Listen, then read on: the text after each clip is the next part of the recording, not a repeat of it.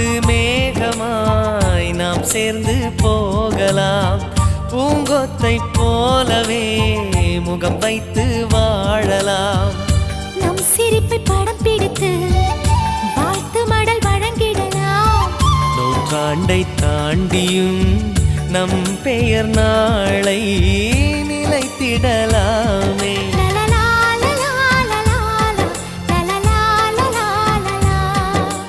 Happy new year, happy new year வந்ததே. அன்பை சொல்லி ஆசையுள்ளம் துள்ளுதே.